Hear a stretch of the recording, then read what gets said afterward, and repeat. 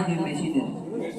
মেশিনে মেশিনে ওই যে ফোকাস দিছে, পর্দার মধ্যে খেলার দৃশ্যটা পর্দার মধ্যে দেখাইতেছে, সবার নজর ওইদিকে। কিন্তু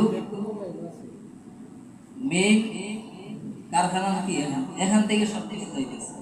তো বয়ানের সিস্টেমটা এরকমই।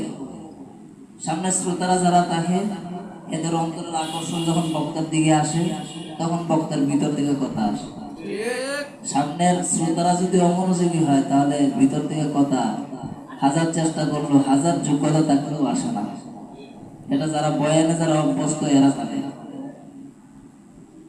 অনেক সময় আমার এই মসজিদে অনেক সময় মুসল্লিরা অনেক জুমার পরে এসে বলে যে আজকে বয়ানটা তেমন হয় নাই। আবার অনেক সময় এসে বলে আজকে বয়ানটা হয়েছে, মাটামাটি হয়েছে।